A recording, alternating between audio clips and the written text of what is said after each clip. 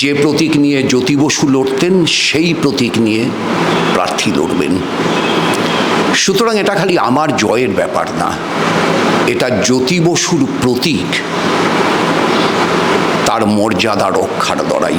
আপনার বিপরীতে থাকা তৃণমূলের শান্তিকা বন্দ্যোপাধ্যায়, তিনি অভিনেত্রী, এটা তার একটা অ্যাডভান্টেজ হতে পারে। অন্যদিকে সজল ঘোষ, দেখা যাচ্ছে তাপস রায় তিনি বিজেপিতে গেছেন এবং তার সঙ্গেই আলোচনা করে সজল ঘোষে এখানে প্রার্থী করা হচ্ছে, তাই তাপস রায় তার জন্য প্রচার করবেন এবং এটা তার জন্য একটা অ্যাডভান্টেজ হতে পারে।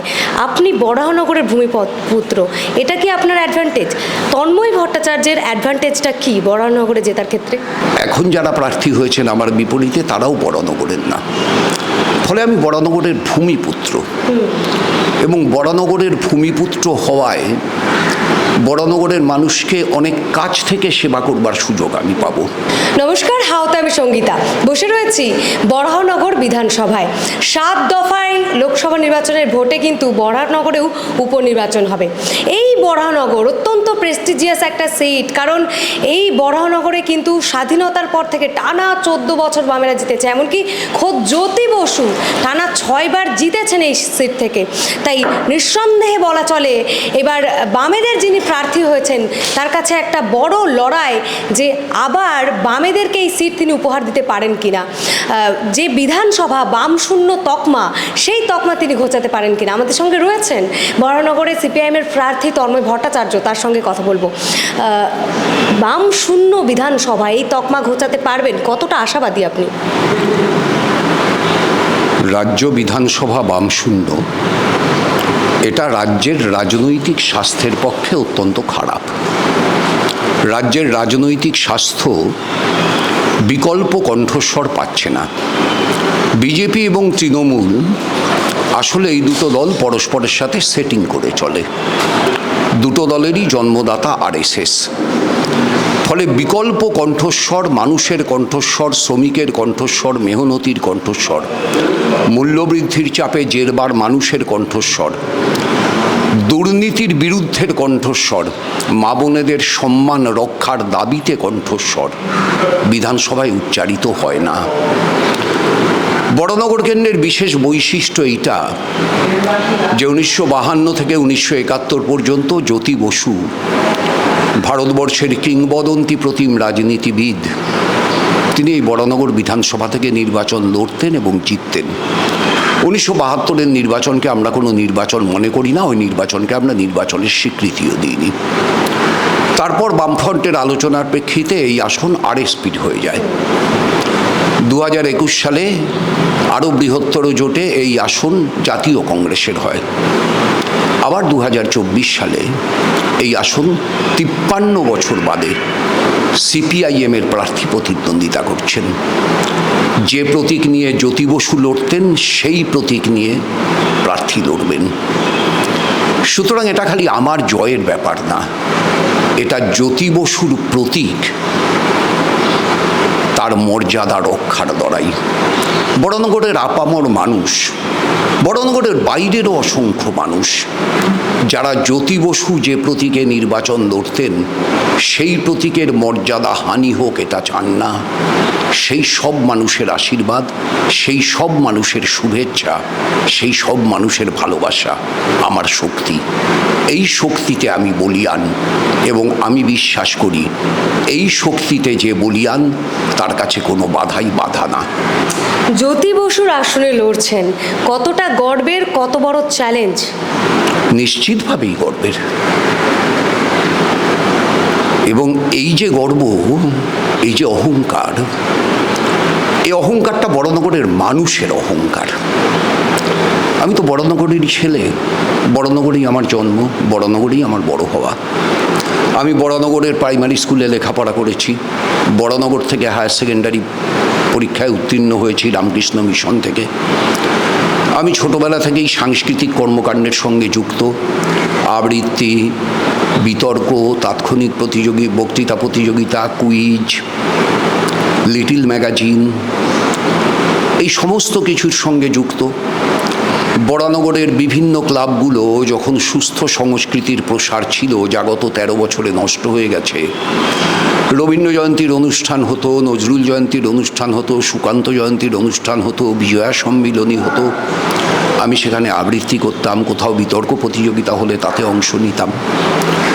ফলে বরানগরের সমস্ত অতীতের ক্লাব সংগঠনগুলো, যেগুলো এই সুস্থ সংস্কৃতির প্রচার এবং প্রসারে ব্যস্ত থাকতো, সেই সমস্ত সংগঠনগুলোর সঙ্গে আমার একটা নারীর টান আছে, আমার একটা আত্মিক যোগাযোগ রয়েছে।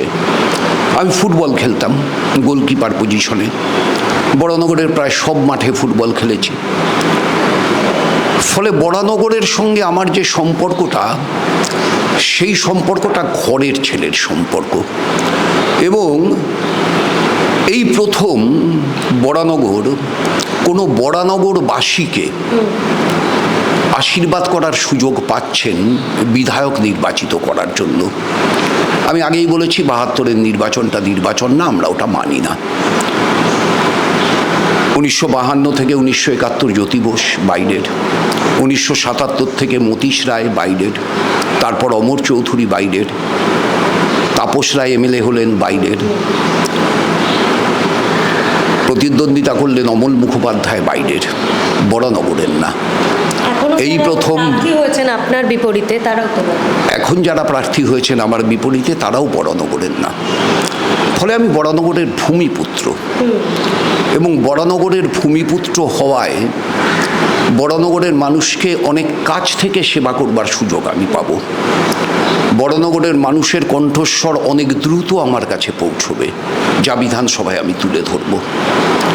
ফলে আমার বিশ্বাস এই এতগুলো ইতিবাচক দিকের সারাৎসারের যোগফল বামপন্থীদের পক্ষে যাবে, শূন্যর অবস্থান ঘুচবে,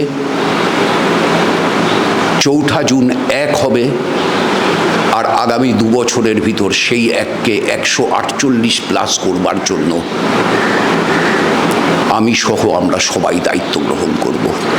আপনার বিপরীতে থাকা তৃণমূলের শান্তিকা বন্দ্যোপাধ্যায়, তিনি অভিনেত্রী, এটা তার একটা অ্যাডভান্টেজ হতে পারে। অন্যদিকে সজল ঘোষ, দেখা যাচ্ছে তাপস রায় তিনি বিজেপিতে গেছেন এবং তার সঙ্গেই আলোচনা করে সজল ঘোষে এখানে প্রার্থী করা হচ্ছে, তাই তাপস রায় তার জন্য প্রচার করবেন এবং এটা তার জন্য একটা অ্যাডভান্টেজ হতে পারে। আপনি বরাহনগরের ভূমিপুত্র, এটা কি আপনার অ্যাডভান্টেজ? তন্ময় ভট্টাচার্যের অ্যাডভান্টেজটা কি বরাহনগরে জেতার ক্ষেত্রে? দেখুন, শান্তিকা আমার থেকে অনেক ছোট, আমি ওকে আমার শুভেচ্ছা জানাচ্ছি। সজলও আমার থেকে অনেক ছোট, আমি ওকেও আমার শুভেচ্ছা জানাচ্ছি। সজল একটা ওয়ার্ডের কাউন্সিলর কলকাতা মিউনিসিপ্যাল কর্পোরেশনের। সেই ওয়ার্ডকে সার্ভ করে একটা বিধানসভাকে কেন্দ্রকে সার্ভ করা এটা কঠিন কাজ, মানুষ এটা নিশ্চয়ই বিবেচনা করবেন। শান্তিকা অভিনেত্রী, তো বিধানসভা তো অভিনয়ের জায়গা না, বিধানসভা তো বিল প্রণয়নের জায়গা, আইন তৈরির জায়গা। আমাদের সংবিধান রাজ্যের হাতে যে ক্ষমতা দিয়েছে, সেই ক্ষমতাকে রাজ্য কীভাবে ব্যবহার করবে তা নির্ধারণের জায়গা। বিধানসভা রাজনীতির জায়গা, অভিনয়ের জায়গা না। সুতরাং রাজনীতির জায়গায় বরানগরের সচেতন মানুষ রাজনৈতিক ব্যক্তিত্বকে চাইবেন, অভিনয়ের জায়গায় অভিনেতা অভিনেত্রীকে চাইবেন। স্বাভাবিকভাবেই আমি মনে করছি না যে অভিনেত্রী হওয়াটা সায়ন্তিকার কাছে কোনো অ্যাডভান্টেজ। আমি বরং উল্টো করে বলবো, তৃণমূল কংগ্রেস একজন অভিনেত্রীকে প্রার্থী করে ভূমিপুত্রদের কাউকে প্রার্থী না করে নিজেদেরকে ডিসঅ্যাডভান্টেজে ফেলল। বিজেপি সজলকে প্রার্থী করেছে, আমি আবার বলছি সজলকে আমি আমার শুভেচ্ছা জানাচ্ছি। ও বাইরে থেকে বরানগরে এসছে, বরানগরবাসী হিসেবে আমি ওকে স্বাগত জানাচ্ছি। কিন্তু যে রাজনীতি সজল নিয়ে আসছে, এই রাজনীতি গোটা দেশে পরিত্যক্ত হবে, গোটা দেশ এই রাজনীতিকে বর্জন করবে। সুতরাং সজলও যে রাজনীতি এখানে প্রচার করবে, সেই রাজনীতি বরানগরের মানুষের কাছে বর্জিতই হবে। বরানগরবাসী আপনাকে কেন ভোট দেবে? কি উন্নয়ন করবেন আপনি বিধানসভায় গেলে? এক, বরানগরে এখনো পানীয় জলের সমস্যা আছে। তাপস রায়কে আমি একটা ব্যাপারে ধন্যবাদ জানাবো। তাপস রায় প্রথম ব্যক্তি যিনি দলত্যাগ করার সাথে সাথে পদত্যাগ করেছেন। মমতা ব্যানার্জির সরকার তৈরি হওয়ার পরে মমতা ব্যানার্জি অনেককে দিয়ে দলত্যাগ করিয়েছেন, শুভেন্দু অধিকারী অনেককে দিয়ে দলত্যাগ করিয়েছেন, তাদের কাউকে দিয়ে পদত্যাগ করাননি। বিজেপির এমএলএ প্রেজেন্ট বিধানসভায় তৃণমূলের লোকসভা নির্বাচনের প্রার্থী কৃষ্ণ কল্যাণী রায়গঞ্জের, বিজেপির এমএলএ তৃণমূলের প্রার্থী মুকুটমণি অধিকারী, বিজেপির এমএলএ তৃণমূলের প্রার্থী আরেকজন আছেন, কি যেন নাম তার আমার এক্ষুনি মনে পড়ছে না, আবার তৃণমূলের দুজন বিজেপির প্রার্থী তালিকায় আছেন। তাপস রায় সেক্ষেত্রে ব্যতিক্রমী ভূমিকা পালন করেছেন, আমি তাকে আমার নমস্কার জানাচ্ছি। যে কাজটা ভালো সে কাজটাকে ভোটের আগের দিন পর্যন্ত ভালো বলতে আমার গলাও কাঁপে না, পাও কাঁপে না। তিনি দলত্যাগ করার সাথে সাথে পদত্যাগ করে একটি উদাহরণ তৈরি করলেন। এই উদাহরণটা যদি বাকি সকলের ক্ষেত্রে প্রযোজ্য হয়, যদিও মমতা ব্যানার্জি তা করবেন না, নরেন্দ্র মোদীও তা করাবেন না, অমিত শাহ তা করাবেন না, তাহলে সেটা রাজনীতিতে ইতিবাচক। কিন্তু সমস্যা হচ্ছে, তাপস রায় কি বরানগরের পানীয় জলের সমস্যার সমাধান করতে পারলেন? উত্তর না। বরানগরে এখনও নিকাশির সমস্যা আছে, পারলেন? উত্তর না। এখনও বর্ষায় বরানগরের কিছু কিছু জায়গায় জল দাঁড়ায়, পারলেন? উত্তর না। আবার ধরুন 15 বছর ধরে এখানকার সাংসদ সৌগত রায় কি করেছেন? সৌগত রায় তো দেওয়াল লিখছেন লক্ষ্মীর ভাণ্ডার চালু রাখতে সৌগত রায়কে ভোট দিন। লক্ষ্মীর ভাণ্ডার কি কেন্দ্রীয় প্রকল্প নাকি? সৌগত রায়ের ভূমিকা কি লক্ষ্মীর ভাণ্ডারে? উনি তো এমপি। কন্যাশ্রী রূপশ্রী চালু রাখতে সৌগত রায়কে ভোট দিন। কন্যাশ্রী রূপশ্রীর সঙ্গে এমপির কি সম্পর্ক? এমপি মানে তো ভারত সরকারের প্রকল্প নিয়ে আসবেন তার লোকসভা কেন্দ্রে। 15 বছরে উনি একটি ভারত সরকারের প্রকল্প এনেছেন, এ সিঙ্গেল ওয়ান আনেননি। অথচ বরানগরে বেঙ্গল ইমিউনিটির কারখানা বন্ধ, বিশাল জমি তার। কেন্দ্রীয় সরকারের কি প্রকল্প হতে পারে? কোনো উদ্যোগ দেননি। আরআইসি বন্ধ, কেন্দ্রীয় সরকারের মালিকানাধীন। আপনি বিধায়ক হলে এই কাজগুলির জন্য উদ্যোগ নেবেন? 100 বার। এটাই তো বরানগরের কাজ। বরানগরের জুট মিলের অবস্থা মৃতপ্রায়। বরানগরের জুট মিল বেঁচে না থাকলে পরে বরানগরের পশ্চিম পাড়ে গঙ্গার ধারের একাংশ, আলমবাজার সহ তার অর্থনীতি ধ্বংস হয়ে যাবে। বরানগর জুট মিলকে রক্ষা করতে হবে, এটাই তো কাজ। বেঙ্গল ইমিউনিটির বন্ধ কারখানার জমিতে কর্মসংস্থান হয় এমন নতুন কারখানা তৈরি করতে হবে, এটাই তো কাজ। বরানগরে কেন্দ্রীয় সরকারের জমি আছে, সেই জমিতে বরানগরে একটা ভালো পর্যটন কেন্দ্র হতে পারে। বরানগরে শ্রী চৈতন্যদেব এসেছিলেন, বরানগরে রামকৃষ্ণ পরমহংসদেব এসেছেন, বরানগরের রাস্তা দিয়ে বিবেকানন্দ রোজ সিমলা থেকে দক্ষিণেশ্বরে যেতেন। বরানগরে শশীপদ বন্দ্যোপাধ্যায় রাজকুমারী স্কুল তৈরি করেছেন, প্রথম শ্রমিকদের পত্রিকা করেছেন, প্রথম মেয়েদের স্কুল করেছেন। বরানগরে মানিক বন্দ্যোপাধ্যায় থাকতেন, বরানগরে নাট্যাচার্য শিশির ভাদুরী থাকতেন, বরানগরে যাত্রা সম্রাট শান্তিগোপাল থাকেন, বরানগরে ইন্ডিয়ান স্ট্যাটিস্টিক্যাল ইনস্টিটিউট আছে, ন্যাশনাল স্যাম্পল সার্ভে অর্গানাইজেশনের হেড অফিস বরানগরে, যেগুলোর অস্তিত্ব ছাড়া ভারত সরকার চলবে না একটা দিনের জন্য। আপনি সেলিব্রিটি খুঁজছেন অভিনেতাদের মধ্যে। আইএসএস ইন্ডিয়ান স্ট্যাটিস্টিক্যাল ইনস্টিটিউটের প্রত্যেকটা অধ্যাপক এক একজন সেলিব্রিটি। বরানগরে রামকৃষ্ণ মিশনের মতো স্কুল, নরেন্দ্রনাথের মতো স্কুল, রাজকুমারীর মতো স্কুল, মোহন গার্লসের মতো স্কুল, আরও অনেক স্কুল আছে। তার প্রত্যেকটা শিক্ষিকা এক একজন সেলিব্রিটি, যারা প্রত্যেক দিন অজস্র ছেলে মেয়েকে তৈরি করছেন। বরানগরে ব্রহ্মানন্দ কেশবচন্দ্র কলেজ, প্রশান্তচন্দ্র মহলানবিশ কলেজ, তার অধ্যাপক অধ্যাপিকারা এক একজন সেলিব্রিটি। বরানগরে 4টে নাটকের দল আছে, বরানগর থেকে 6টা লিটিল ম্যাগাজিন বেরোয়। বরানগরের মধ্যে কোন গলিতে কি আছে প্রত্যেকটা আপনি বলে দিতে পারেন হ্যাঁ। নবদর্পণে। হ্যাঁ, পাড়াটাই তো খুব স্বাভাবিক, কারণ আমি তো বললাম যে বরানগরের ক্রীড়া সংস্কৃতির জগতের সঙ্গে আমার ছোটবেলা থেকে সংযোগ, কেন আমি পারবো না? আচ্ছা, আগে আপনি বিধায়ক থেকেছেন ইতিমধ্যেই, তো তখনের সঙ্গে এই যে এখনও যে প্রচার ইতিমধ্যেই শুরু হতে চলেছে, পার্থক্যটা কি বুঝতে পারছেন? কারণ যতই হোক একটা বয়সের ফারাক তো হয়েছে, আর এত রোদ গরমের মধ্যে কিভাবে প্রচার সারছেন, এনার্জিটা কোথা থেকে পাচ্ছেন? দেখুন, আমরা যে রাজনীতি করি, এই রাজনীতি আমাদেরকে শিখিয়েছে মানুষের কাছে যেতে হবে। আমাদের কিংবদন্তি নেতা জ্যোতি বসু বারবার বলতেন, মানুষের কাছে যাও, মানুষ বিচারক। যদি কিছু ভুল করে থাকো পরিষ্কার করে মানুষকে বলো,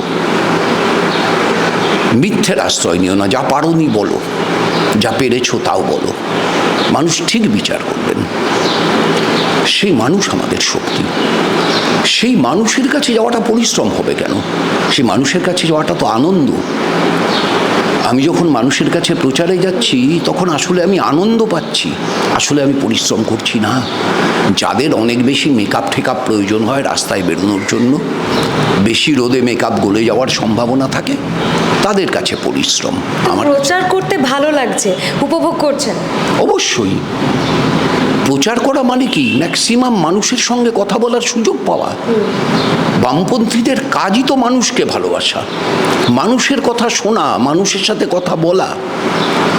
আর এমনিতেই ব্যক্তিগতভাবে আমার চরিত্রের মধ্যে ছোটবেলা থেকেই আমি প্রতি সময়ে নতুন নতুন মানুষের সঙ্গে কথা বলতে আগ্রহ প্রকাশ করি। আমি আসলে এটা বিশ্বাস করি যে প্রত্যেক মানুষের কাছ থেকে আমার কিছু না কিছু শেখার আছে।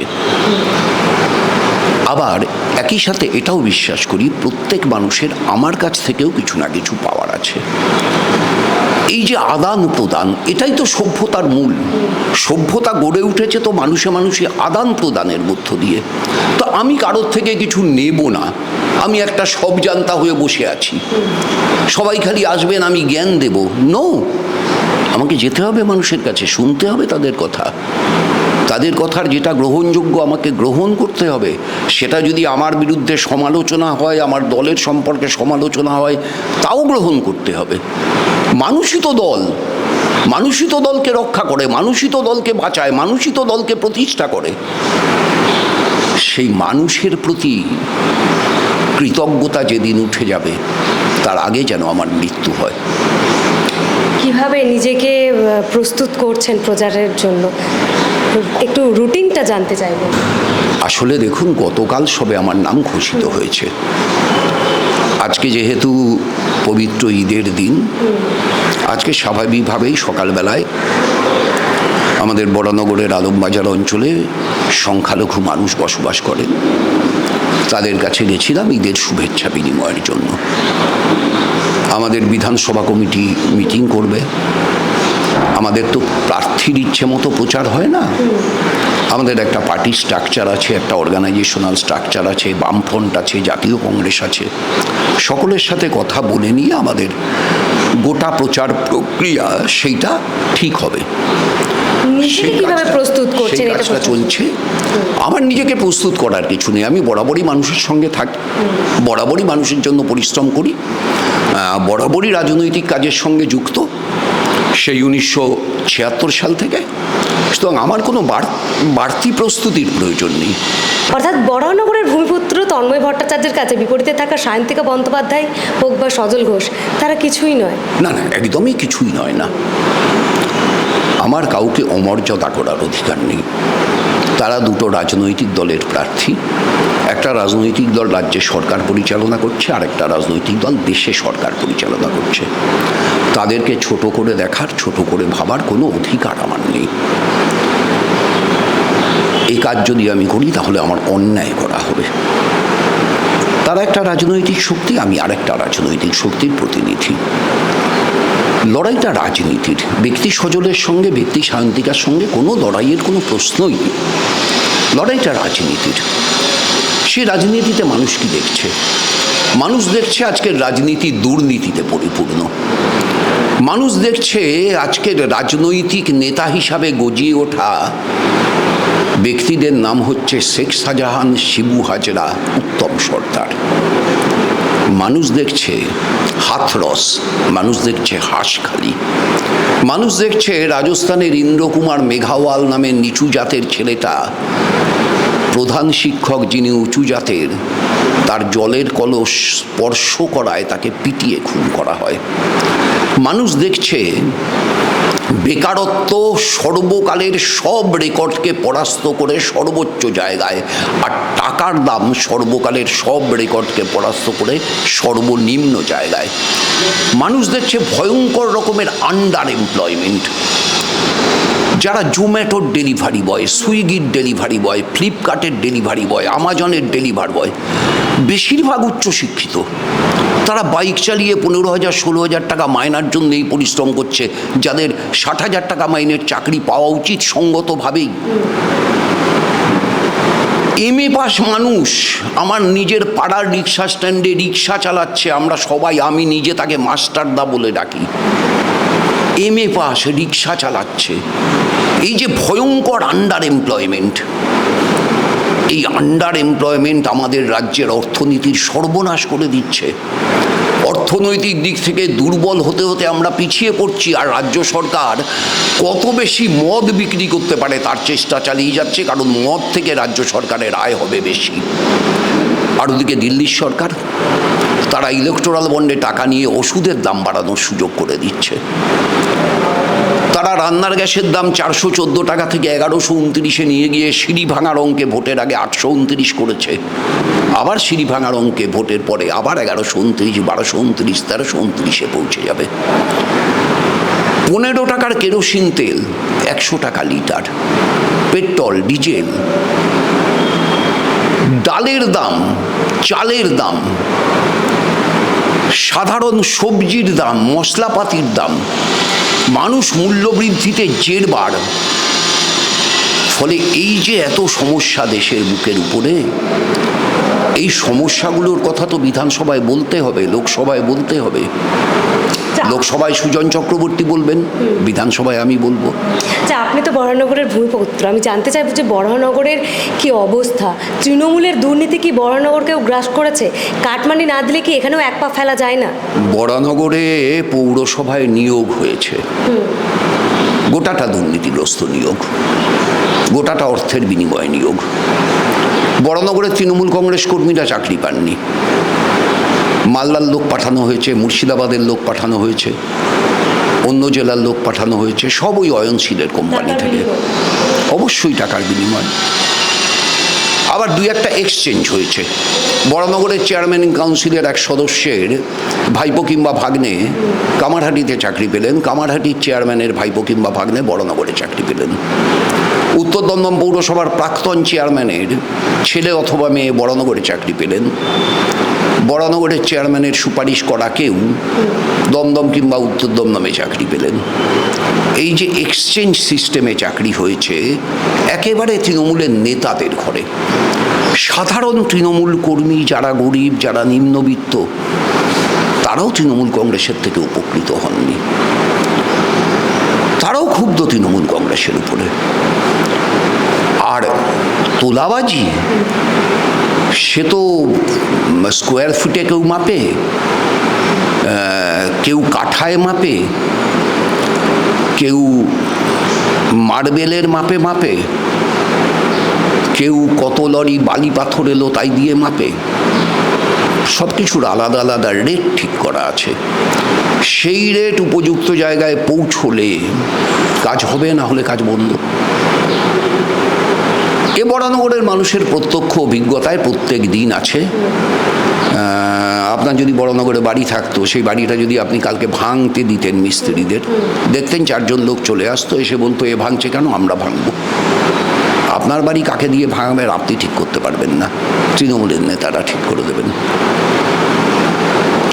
একদমই। দুর্নীতি যেন গ্রাস করেছে রাজ্য থেকে একবারে দেশ জুড়ে একই ঘটনা। আর তাই বামেরা আওয়াজ তুলছে যে হাল ফেরাতে ফিরছে লাল। সত্যিই বামেরা কি ফিরতে পারবে, এই প্রশ্নটা যখন জোরালো আকার একটা ধারণ করেছে, তাকিয়ে আছি আমরাও রেজাল্টের দিকে। 4 জুন সব উত্তর বলে দেবে, তাকিয়ে আছি আমরাও ওই দিকে। দেখা যাক কি হয়। তন্ময় ভট্টাচার্য বরাহনগরে বামেদের আবার ফেরাতে পারেন কিনা, বামেদের সেই আসন উপহার দিতে পারেন কিনা, চোখ রাখুন হাউতে। আর অল্টারনেটিভ জার্নালিজমকে সাপোর্ট করুন, সাবস্ক্রাইব করুন হাউ।